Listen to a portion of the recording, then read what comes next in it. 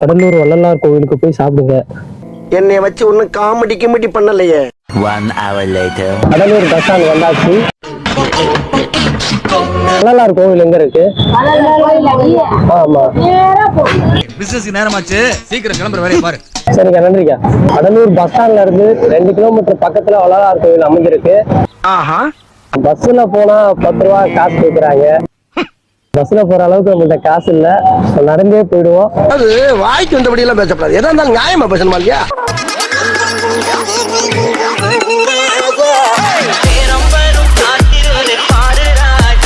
₹10 கொடுத்து பஸ்லயே போயிருக்கலாம் guys. முடியல. ஆர்சி கேட் தெரியுது. வாங்க வாங்க, வேகமா போலாம். ஃபைனலி வந்தாச்சு. மேல பாருங்க, சத்தியஞான சபை வடலூர். வாங்க உள்ள போவோம்.